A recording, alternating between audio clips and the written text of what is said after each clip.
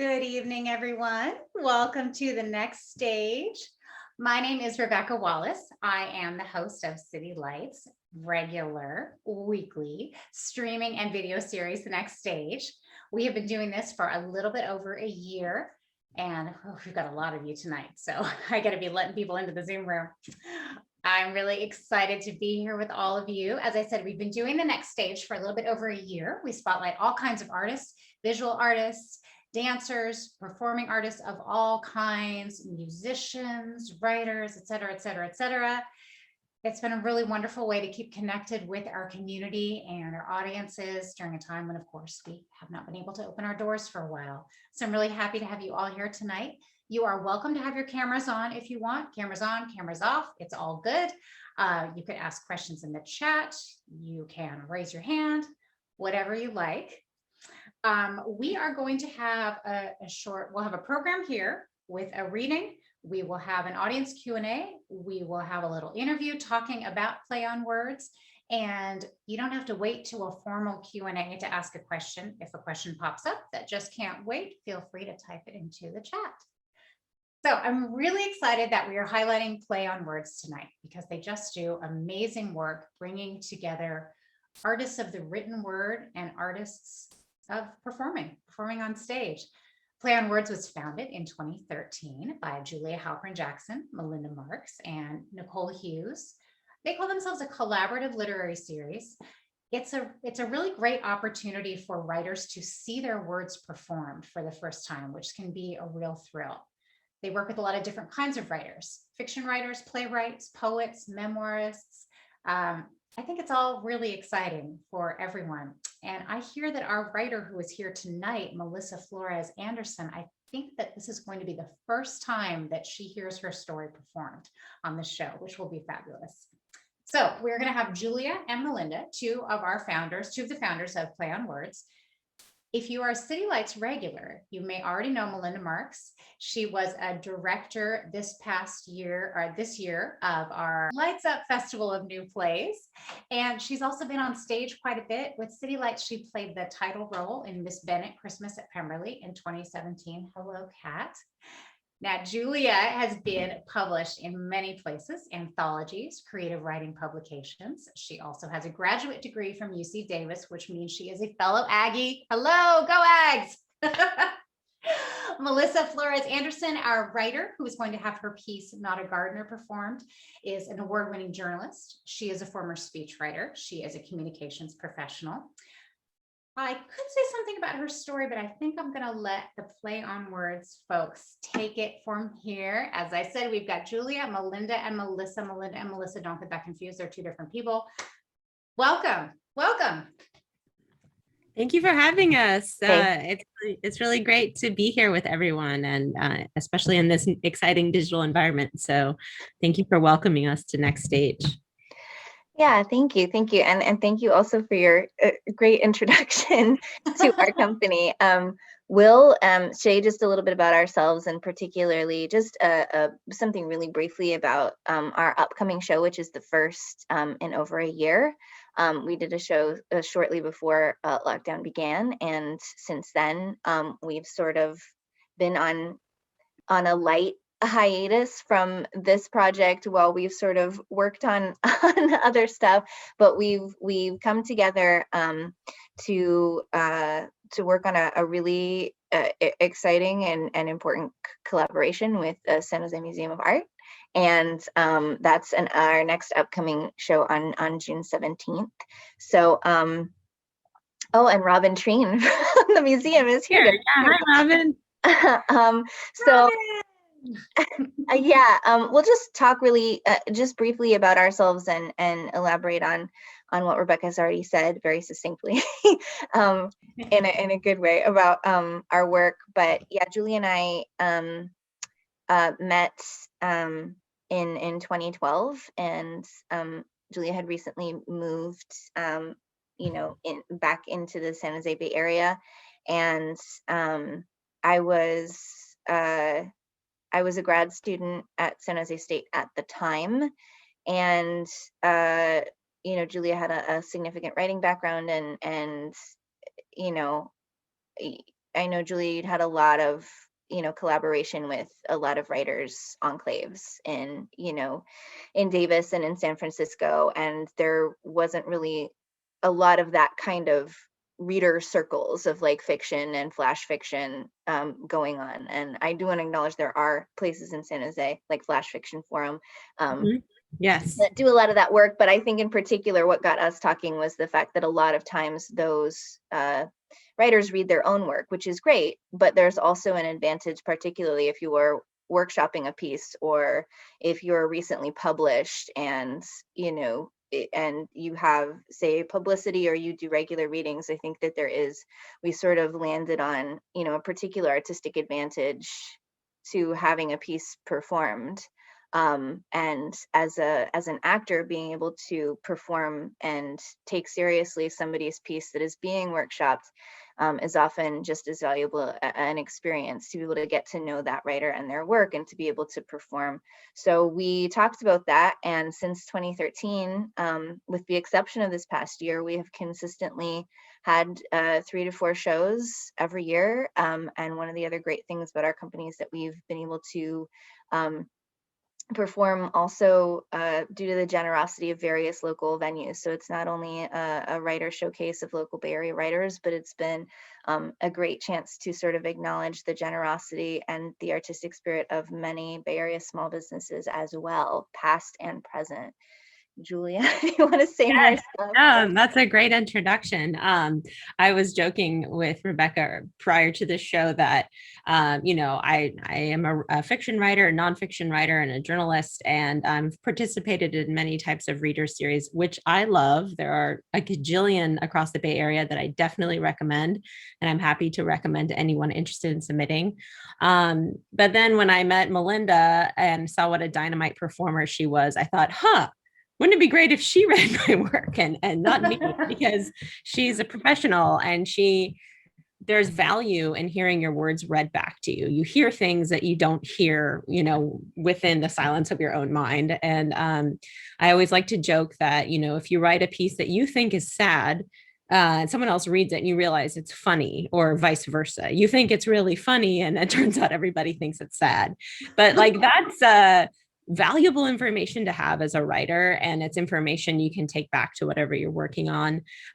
Plus, I really think that, the arts are a way to create community.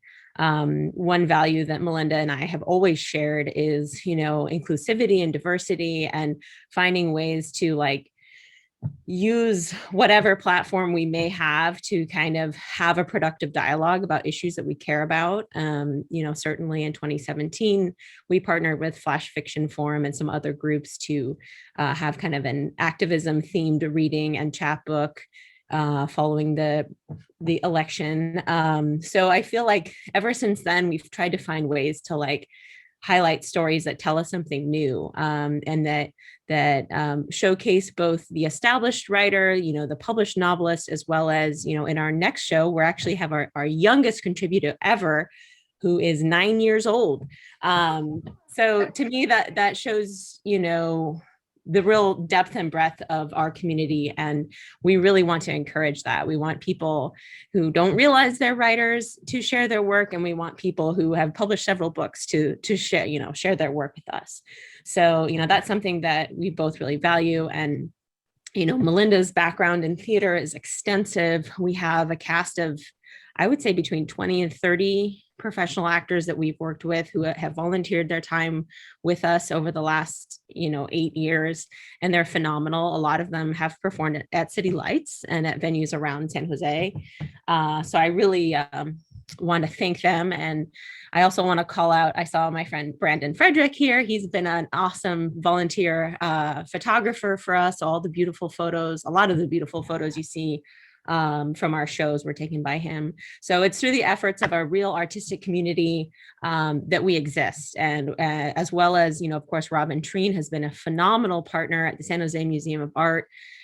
We've gotten to perform at the Wendell Gallery there. I know the museum is open now. I don't remember all the hours, but Robin can maybe put that in the chat. I definitely recommend, if you haven't been, check out the Museum of Art in downtown San Jose. They've just been an amazing advocate for all kinds of arts and introduced us to a lot of wonderful people in the community. So I want to really shout out the fact that this is a group effort all around, and it's a work of love. So I don't want to take up too much of our time with that, but I do want to just acknowledge this is a group effort, and it's something we both really believe in. And with Melissa's work tonight, I think you'll get a chance to see kind of what you can expect from a given show. Melinda's piece is a work of short fiction, but Melissa. I'm sorry. No, it's Jeez, I did okay. it. I wouldn't normally say it, but I want to make sure. I want to make sure. Melissa, I'm so sorry. See, this is why I wasn't the only one who did that. this is why Play on Words exists, is because Melinda's a performer and I am not. But Melissa's piece is a great work of fiction, but it will also be included in our next show. So if you feel so inspired by tonight's performance, we definitely hope you can join us in June and kind of get a sense of the work we do. So thank you to Melissa for generously sharing your words with us. And is there anything else we should add before we hop in? I'll just say one more thing. I think another great thing about, in particular, the way that our work has evolved, but particularly, being able to work in conjunction and under the auspices of the San Jose Museum of Art, is that because those performances have been curated in part on a theme in collaboration with, the museum. It's given us an opportunity to continue to be accountable to really seek and seek submissions of a really diverse pool of work, and to continue to hold ourselves accountable in terms of casting and representation as well. And it's, there's, you don't need, in theater, you shouldn't need motivation to do that. But I think having active motivation and being actively, desirous of seeking opportunities to provide opportunities to others, and to be able to, really highlight and showcase the diversity of the Bay Area in a way that promotes active engagement, is something that, is vitally important to the continuation of the creation of art and art form and of narrative. And so not only do I appreciate the fact that that holds, me accountable in my own work anywhere, but, it's just really important, and it's all as it should be. So I just wanted to say that because I'm really jazzed about it, and it's a really, right and wonderful thing. And a lot of that we'll talk about that later, because I'm sure it'll come up in Q&A. I'm sure it'll come up in greater discussion as well. But that's it. So I'll move on. Again, this is a piece. I'll be reading one piece tonight that will be read at our upcoming show. And once again, as has been already stated, the fantastic writer Melissa Flores Anderson is here today as another guest. But without any further ado, I'm going to be reading her piece tonight, called "Not a Gardener."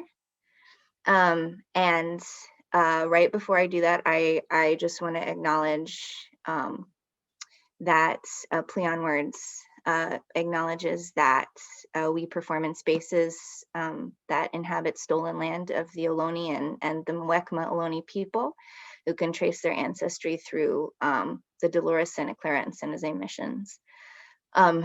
And Play on Words, and we remember their connection to this region, and we give thanks and take accountability for the opportunity that we have to live, work, learn, and perform here tonight and any other time on traditional homeland. So thank you all. This is Not a Gardener by Melissa Flores Anderson. Teresa looked at the water pooled on the large leaves of the Mexican squash plant from an early fall rain. She inspected the green leaves closely, looking for signs of pests. She'd been battling a cucumber beetle all week, the black spots on its back the only thing to distinguish from the plants it invaded. When she spotted it again, she carried it to the southern fence line and deposited it over the edge. She was not a gardener. She had killed more houseplants than she could count on all her fingers and toes. She would forget to water plants in the corner of her apartment or leave the shades drawn all day. The green thumb skipped a couple of generations, her father said. Her grandfather had cultivated a bountiful harvest year after year when she was a kid. An urban farm filled the backyard of her grandparents' corner lot duplex. They had once lived on a ranch, but now they were reduced to a 4,000 square foot lot. As a kid, she didn't understand the point of a backyard without grass and play structures. Her grandfather's yard had only had a rusty old rocking horse for her and her brother Joe. Everything else was off limits. Sometimes she watched her grandfather putter around, watering the peach, orange, lime, and avocado trees.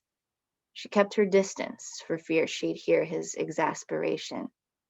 "Mija, you're in the way," he'd say without looking at her if she crept too close. "Get back to the house." He grew lots of vegetables they could find in the grocery store, but he grew other varietals that were still exotic back then: tomatillos, nopales, jicama, and 4 different kinds of chiles. He used the row crop method, alternating between mounds of dirt and moats for watering with six distinct patches. Green herbs spilled over the sides of planters near the house: cilantro, cumin, oregano, marjoram, and sage. He used them fresh in a chicken soup he made all winter long and tied bunches up and tacked them across the wooden beams in his garage to dry. Teresa's grandmother used a stone pestle and mortar to crush the herbs into powder. Teresa's dad took them over on the days her mother worked weekends at a local store. Her grandma combed her long brown hair and yanked at the tangles. Her grandma's wrinkled hands pulled the ponytail holders with the bright red beads at the ends tightly around Teresa's thin hair. "Your hair is so stringy," her grandmother said, "como tu madre." Her dad had thick, lush black hair that curled around the nape of his neck. Her grandma had short white hair, but in the picture on the living room wall of her as a young woman, her hair is curled into dark victory rolls in the front, and it cascaded down her back. Joe had the dark, thick hair and black eyes of their paternity, but she'd gotten what everyone teased her were white people brown eyes. Her eyes were flecked with green and gold, and her hair light and fine, like her mother's. The 3 adults spoke Spanish when they didn't want the children to know what they were saying, a conspiratorial language that left her and Joe out. Most of the time, her grandfather was quiet. He wasn't outside in his garden. He sat in the recliner in the corner of the room closest to the front door, a spittoon on the floor next to him. He smoked cigars and spit into the bucket as he watched bowling or golf or his favorite soap opera, Santa Barbara. She and Joe spent most of the time in the kitchen at an oval formica top table with a floral pattern peeling off at one corner. Dish towels and empty food containers covered one end of the table because her grandparents reused everything they could around the house. Her grandma filled their bellies with chicken soup or made cheese quesadillas. Teresa especially liked when her grandma made flour tortillas from scratch. The toasty smell filled the room as the dough cooked on a flat pan. Sometimes her grandma rubbed warm flat bread with a cold stick of butter and sprinkled a little sugar and cinnamon on them. Joe rolled them up and called it dulce burrito. Her favorite treat was the peaches her grandma canned each season from the stone fruit her grandfather harvested. When she closes her eyes now, she can almost smell the sweet cinnamon syrup that poured out of the jar into a bowl with each slice. The flavor was lost when her grandmother passed away, and the garden was lost 6 months later when her grandfather died too. Teresa's husband, Jared, was the one who wanted to start the garden 9 months ago when they moved into the new house. The yard of their new construction home was a barren wasteland of clay and discarded construction artifacts, bits of cement, nails, and screws when they moved in. "You can do what you want with the yard," Teresa said. "I'm no gardener, though, so don't expect me to help." He bought seeds at the hardware store, filled a used egg carton with dirt. put a drip tray on the dresser in their bedroom in April where sunlight filtered in most of the day. The first batch of seeds included a few kinds of tomatoes, basil, dill, mesclun, and spinach. Jared didn't know any more about gardening than she did, but he devoted hours to watching YouTube videos. The first batch of seeds went into the ground in a row crop with a soil mix labeled as Garden Amend. Nothing died, but nothing grew. The plants seemed to be stuck in stasis. Jared wasn't deterred.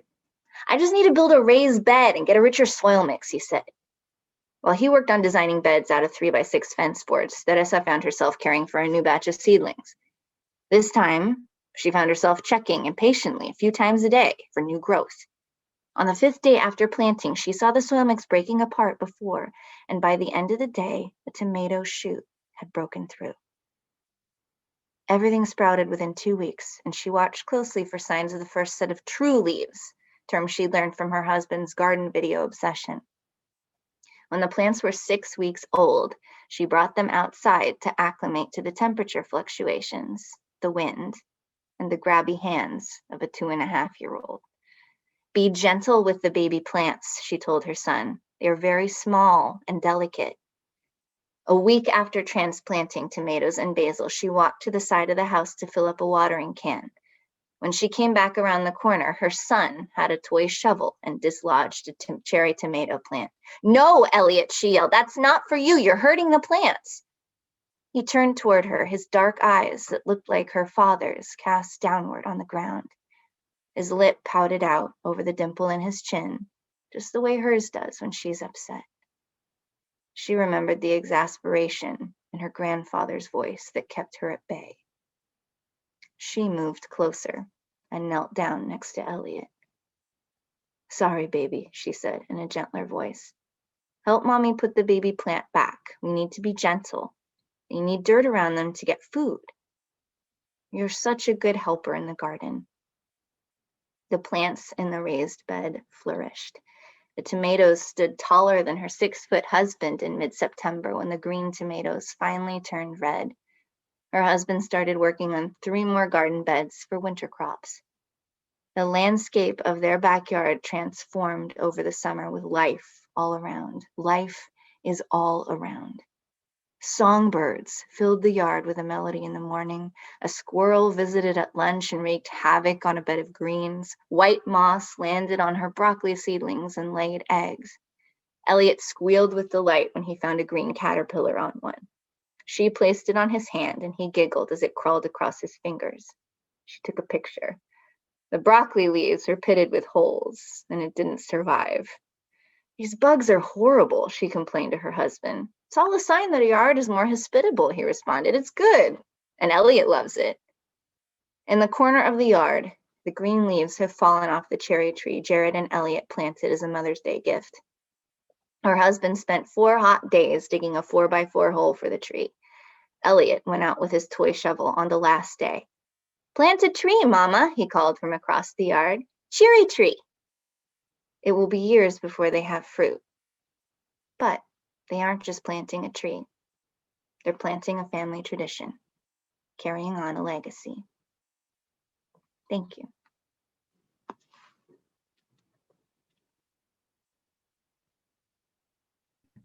Oh, that was lovely.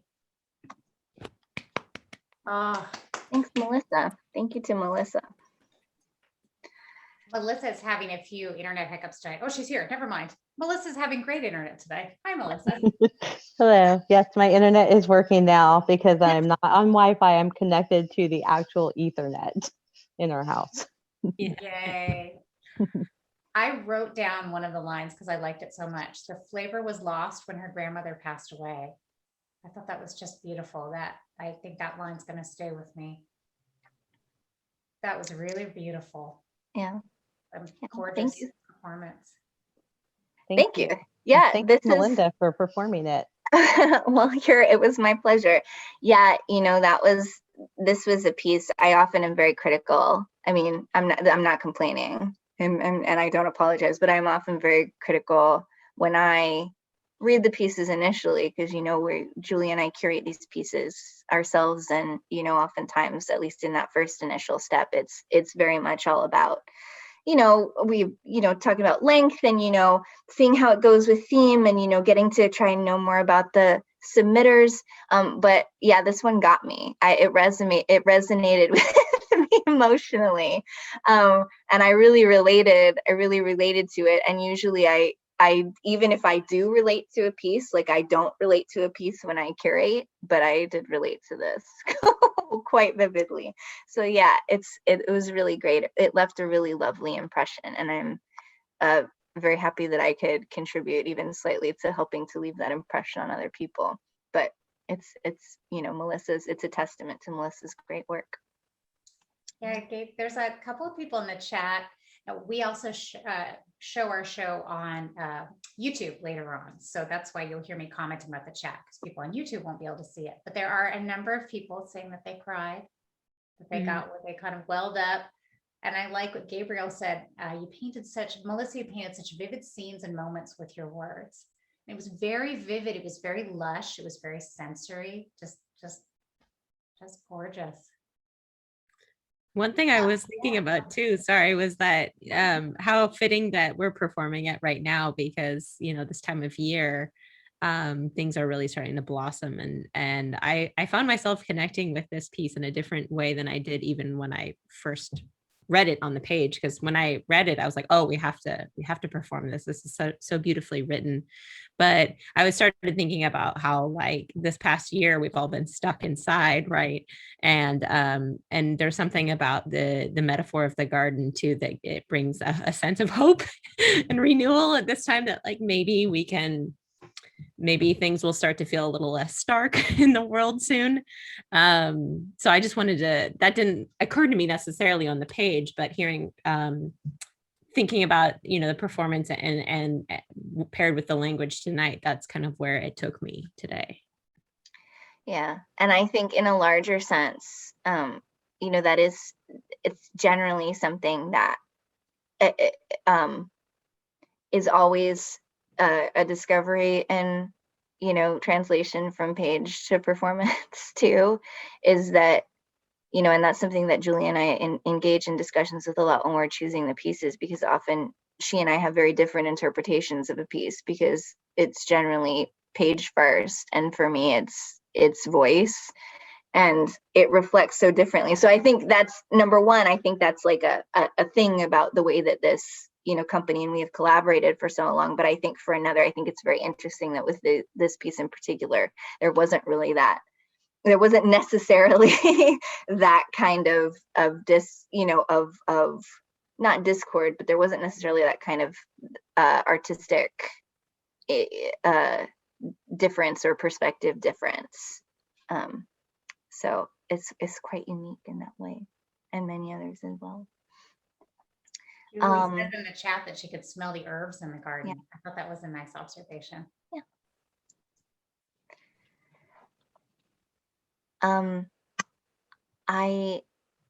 I think, I mean, I know that people may or may not have questions, but this may be a good segue, questions or not, into more about the upcoming show and Melissa, as well as the other contributors that we have, because in terms of perspective, this show is centered around stories that pertain to not necessarily directly about immigration or immigrant experiences, but some certainly, but just an aspect of personhood from a standpoint of culture and immigration culture, or, you know, a place of, you know, transformation or journey from one, you know, cultural point or like cultural lens to another. So that's really great. And like I said before, you know, it holds us accountable to curate the piece responsibly,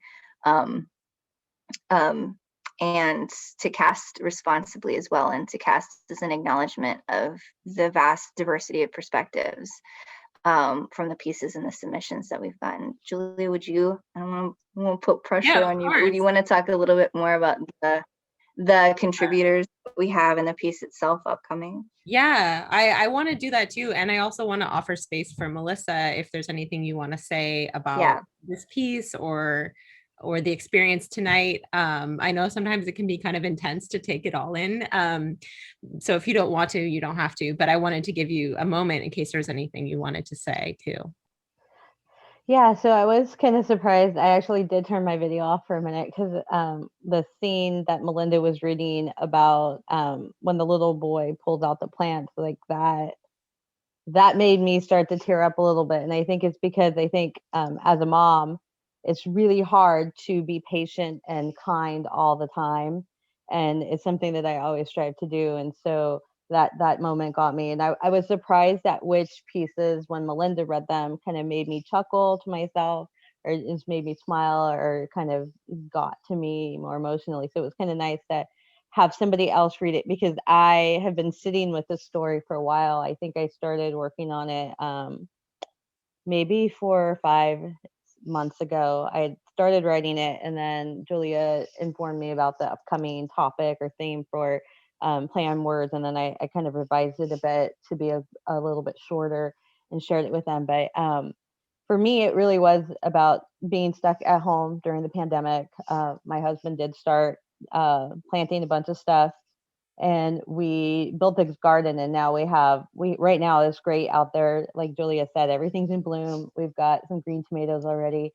But as we started doing a lot of this gardening stuff, because I always thought that I was not any good at it, I started to think back to how my grandfather had maintained this beautiful garden, and none of his knowledge was passed on because I didn't ever ask any questions when I was a kid. I didn't know to ask the questions before it was too late. And so for me, I think that's part of the crux of this story, is that she's trying to take the time with her son to show him all the things that she knows and that her husband knows and that his grandparents know, so that he has that knowledge when he gets older. Yeah, I will say thank you for that. And I will say also, I think part of the reason I resonated so much with this piece is because I have a similar I have a similar story. My grandfather is an immigrant from Mexico and also had an extensive garden. He lived on 7th Street in downtown San Jose for many years. He's since moved. But he had this extensive backyard garden that was like a jungle. And, he always maintained it. And I remember occasionally, like, my mom would go over to water it if he was out of town, but I was really young for that. And my grandma also completely, well, not necessarily completely unrelatedly, but his former wife is also an extremely good gardener.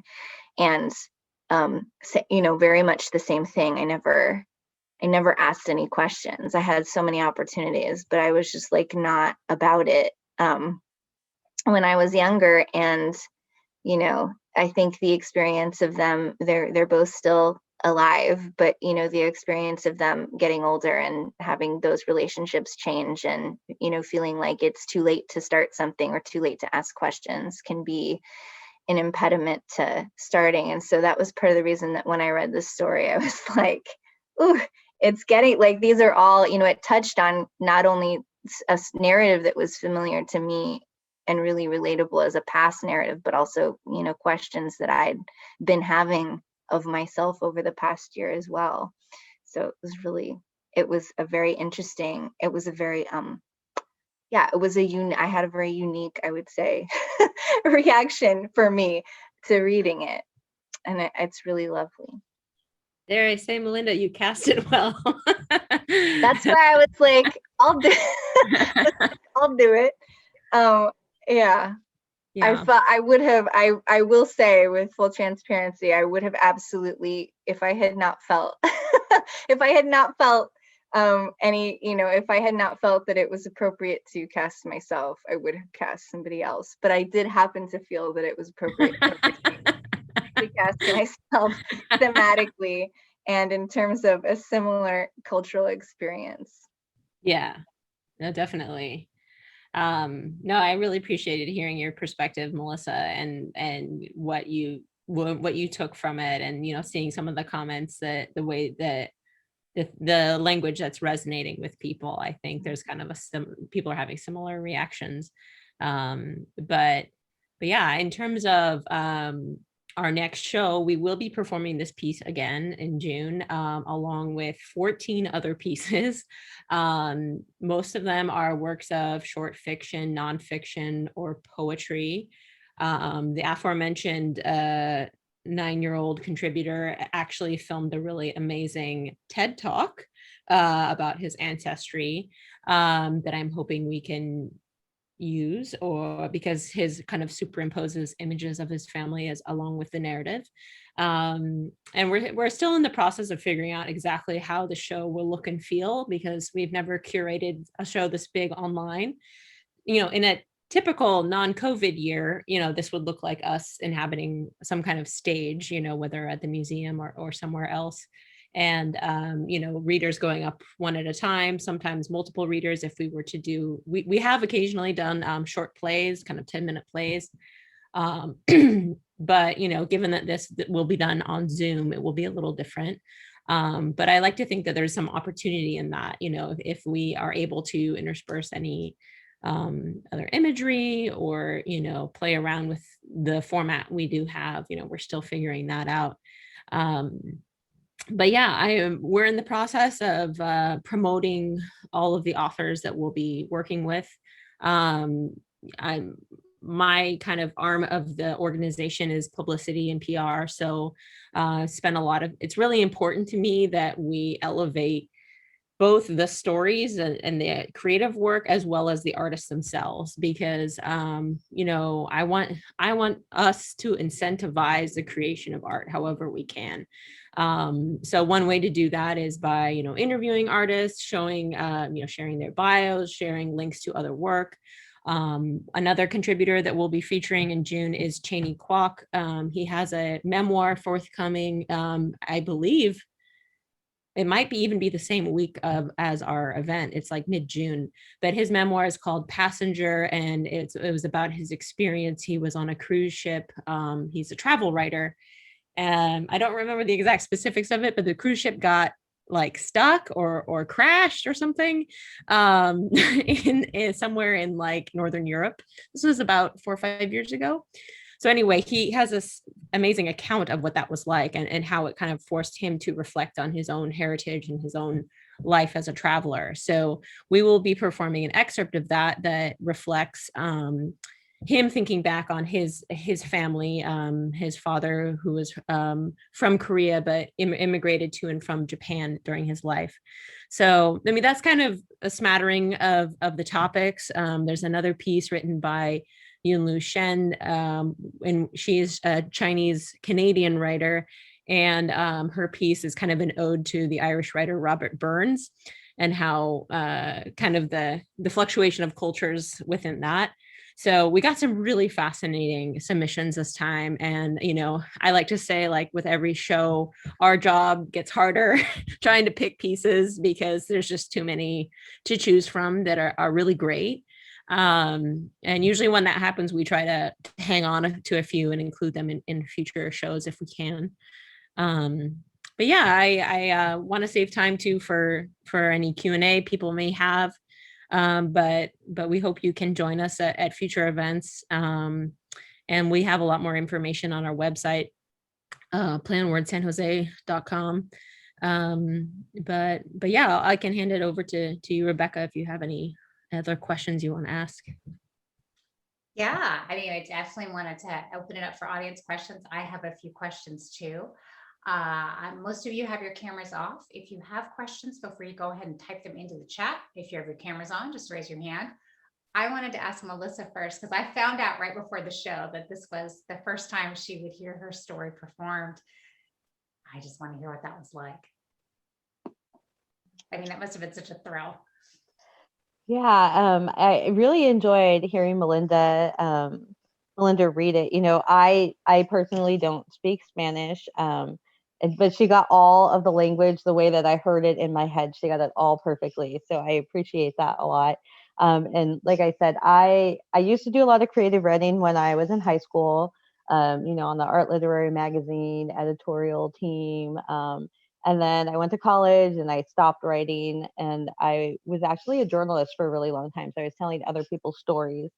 And during the pandemic, I guess last summer when we were having all the wildfires, I couldn't sleep at night. So I got up and I started working on short stories that I had. And so this is kind of my return to creative writing.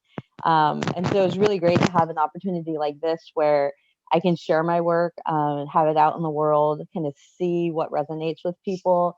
And it's really encouraging for me because I am just sort of starting out. Julia has been one of the good friends who's been encouraging me to keep submitting. I don't know how many people on here are writers or creative types, but you get a lot of rejections when you're trying to put your work out there. And so for me, this is the first time that I'm kind of seeing my work read out loud in front of a group of people. It's a little scary to put it out there, but it's really great to hear it. And so I'm super excited for the show in June to hear all the other pieces that are going to be part of it. I think for me, being kind of someone whose three of my grandparents were immigrants, it's pretty far removed from where I am today, but you can see little pieces of it in our lives. Like we talked about the flavor of the peaches that my grandmother canned. And there's other things like the tamales that we made don't have a recipe. The gnocchis that my mom's side of the family make, we don't have a recipe. It's just stuff that you learn by being in the kitchen with your family. And so to be able to share a little piece of that is pretty cool. Julia's asking me to share the link to my other story. So I did get another story published last week it's a relatively new online journal called WA Stories. I think they just launched in January of 2021. So I can share that link. Yes, please do. And Julia, if you could put in the chat more details about the Play on Words San Jose Museum of Art event too. Yeah. That so that people can know where to sign up and that sort of thing. Melissa, I loved all the detail, all the specificity. And so I was not surprised to learn that you were a journalist. I want to know what kind of beats you covered. I was a journalist too. So I want to know, did you cover news and features? I think I saw you were a city editor at one point. Yeah, so I actually worked for a small community newspaper in San Benito County. I started out at a weekly called the Weekend Pinnacle. And so at the Weekend Pinnacle, we didn't have the regular beat structure. We had geographical beats. So for a while I was covering Gilroy, which was really fun. And then at some point I was covering county government, which is great because now I work for the city of San Jose. So I know all about county government and how government works. But I did a lot of different stuff because it was a small newspaper. So I did a lot of feature writing. I did a lot of writing on public health because I thought it was something that I was interested in. Covered education.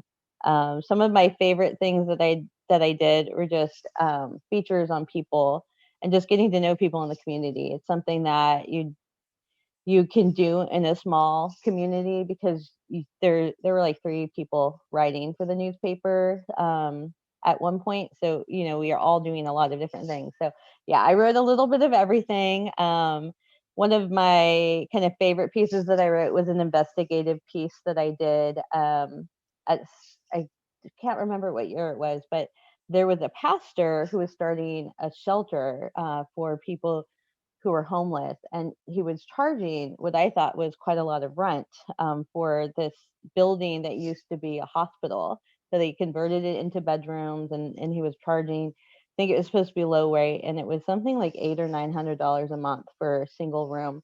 And I ended up doing some research on this person and found out that this pastor had actually been charged with real estate fraud in Santa Clara County.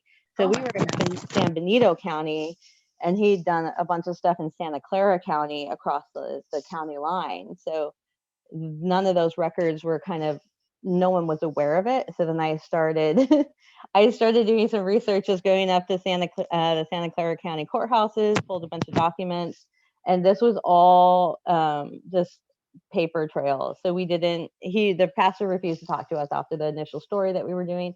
And this came up because I had a young reporter who came to me and was like, hey, this guy's doing really great work in the community. And then once we started looking a little bit more closely, we're like, wait a minute, this is not really above board. And so then follow the money.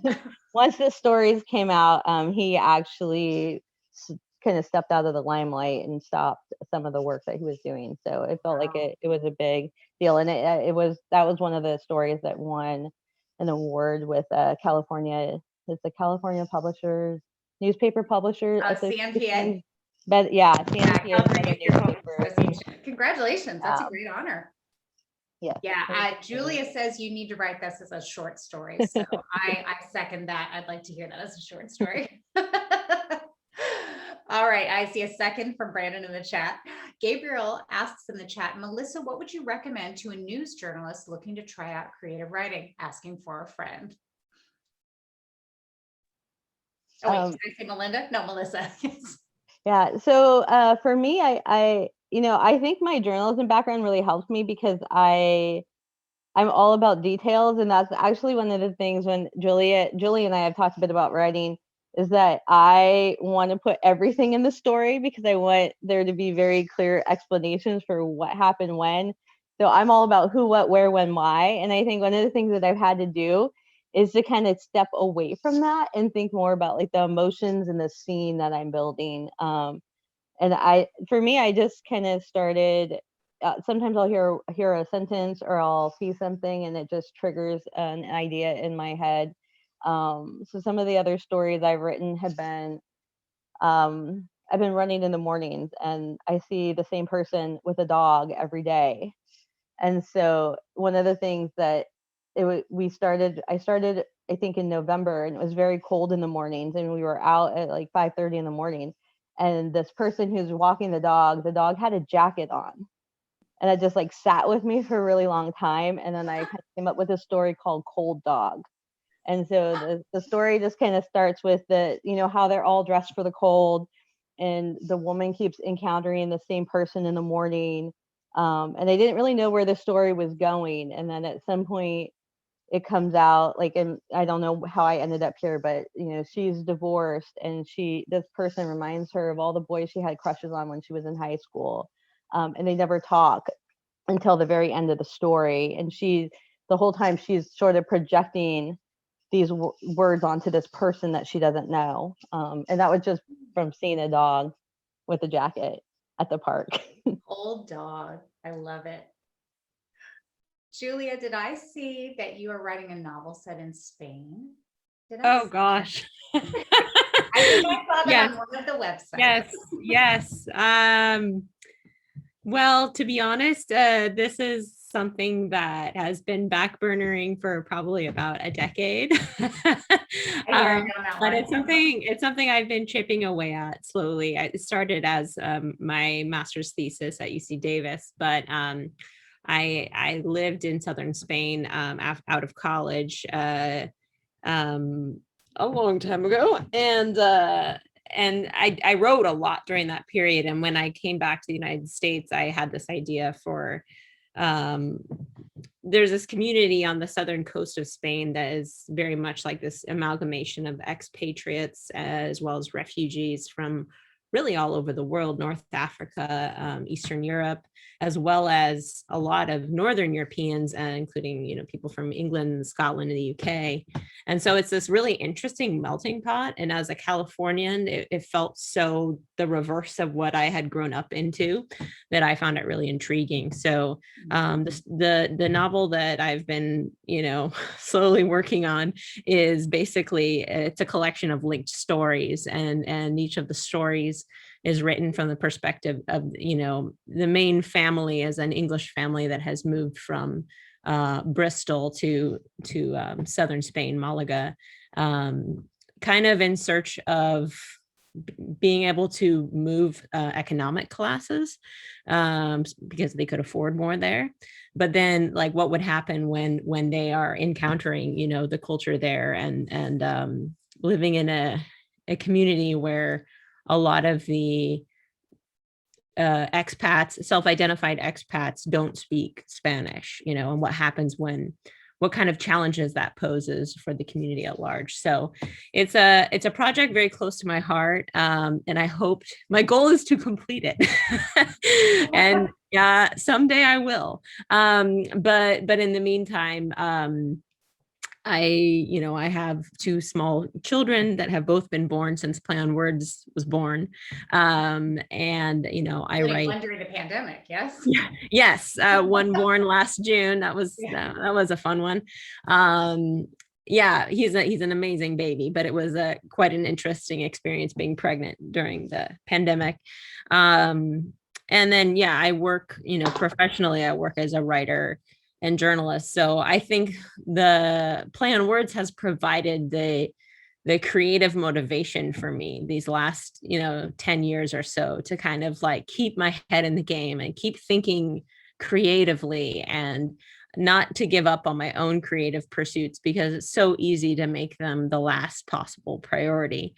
But for me, I get as much joy in bragging about all the amazing writers and actors I've gotten to meet as I do working on my own stuff. So it's been kind of a balancing act, but it gives me, because I am a writer, and I'm quite familiar with rejection, it gives me such pleasure to have a platform where we can, elevate all kinds of voices and really learn from each other. I mean, I learn from every single show, every single contributor, and certainly the actors. I don't want to, oh, thank you, Melinda. Someday.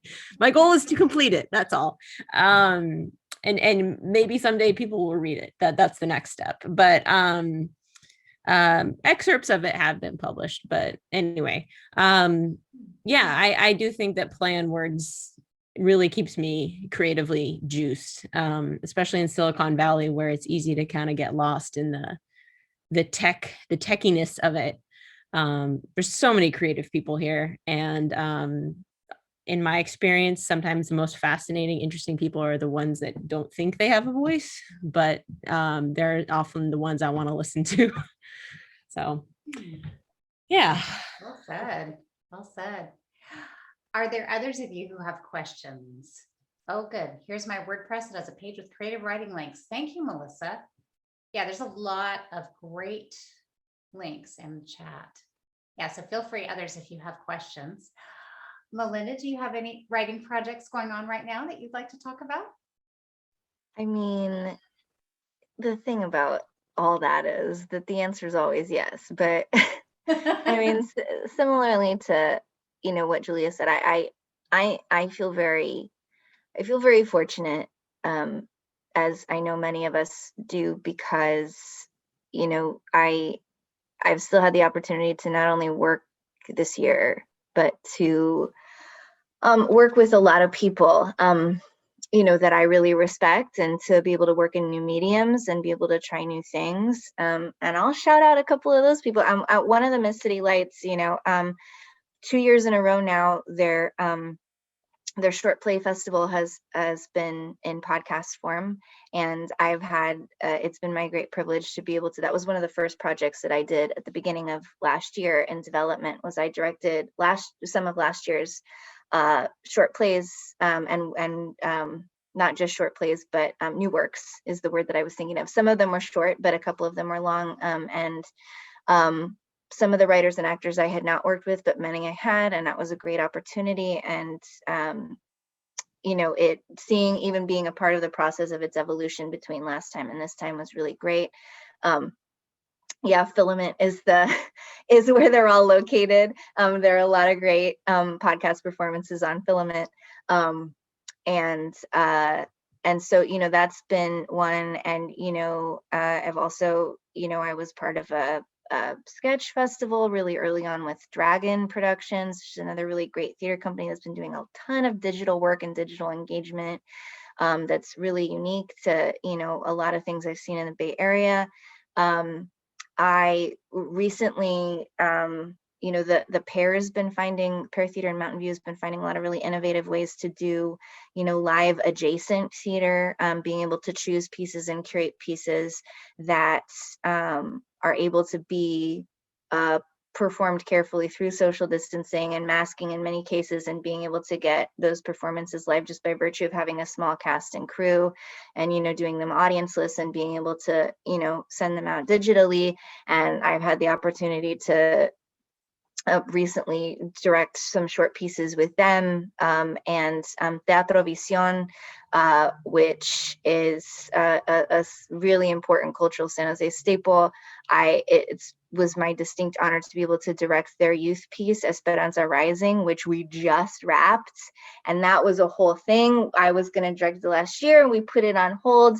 And the kids waited for a year.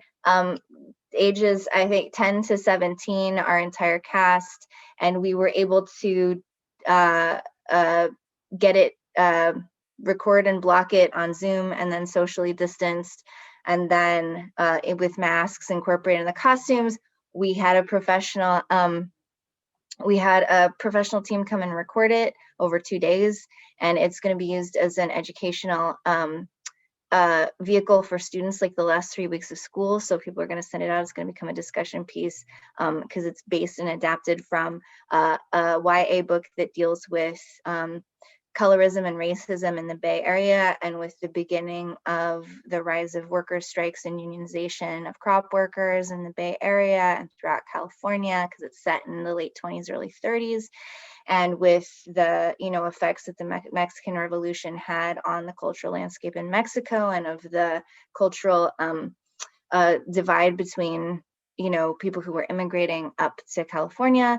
So I mean, it's just a whole thing. The whole point of this is I feel very, very privileged, both as a mark of my ability to work and my ability to continue to work in the Bay Area, mostly digitally, but to be able to have to have made so many connections with work that is important enough for people to devote themselves artistically to figuring out how to get that work out.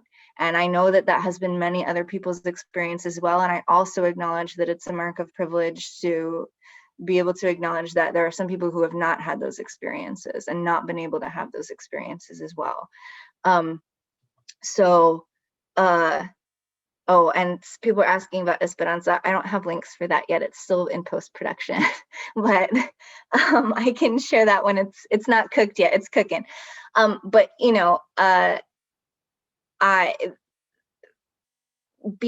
I know we as artists typically, because this is such a rejection heavy, the Bay Area is quite big, but also quite small, and opportunity is often something that is very coveted, and projects have been so small scale that the whole thing about that, I think I went on a kind of a jag just now, but just being able to acknowledge first and foremost the creative endeavors of others that have really allowed people who really needed opportunities to do things to continue to work, and people who have, including City Lights, who have managed to really thrive under these conditions and figure out how to continue to provide opportunities to people, and to be a part of that is really great. And all of that is to say, a lot of the stuff that I've wanted to work on for myself did not get done. However, I am in my personal time, I do like to write short plays and translations, especially. I'm a big translation adaptation person. That was my academic line in college and graduate school.